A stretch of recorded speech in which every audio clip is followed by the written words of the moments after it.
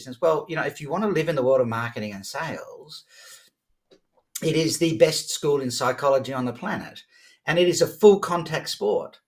And so, you need to you need to have a level of resilience about it, and you need to have a level of confidence about it. More importantly, this whole conversation about imposter syndrome and things like that, the deeper you understand the human dynamic, the more powerful you become as a salesperson, as a marketer, and the more confident you become. When you can outthink, outsell, and outserve your marketplace, everything else falls into place for you. And outthinking and outselling the marketplace really comes down to understanding more about the human condition and the human dynamic than everybody else. It's not about knowing more about your product. It's not about knowing more about how to frame what you do into an ROI argument for the customer, and sales cycles and click funnels and lead magnets and all this sort of stuff. All of that's important. But the people that understand more about the human condition and the human dynamic and two fundamental truths tend to win. And those two fundamental truths are not truths that people really like to admit to that much, right? Or at least one of them isn't. The first truth that people don't really like to admit to that much is that actually everybody wants to win.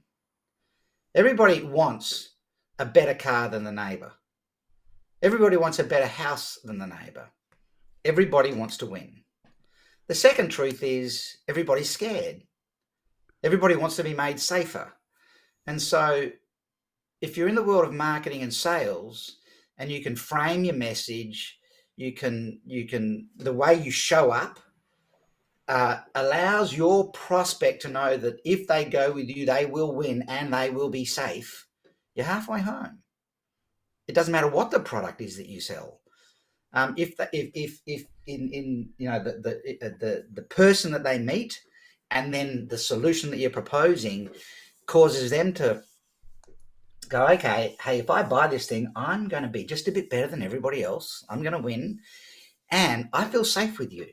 I coined this term buyer safety. One of the key things that everybody should do in any marketing and selling is make sure that every step of your marketing and sales process, the prospect feels safer with you than they would without you. And when the prospect feels safer with you than they would without you, the safest thing for them to do is to buy from you. But so much of our selling is industrial age selling. It's come from the old foot in the door, door-to-door salesperson, high pressure, scarcity, and urgency. And of course, the customer feels less safe with us than they would without us. They feel more under pressure. The customer comes to the buying experience with an underlying suspicion they're going to get ripped off.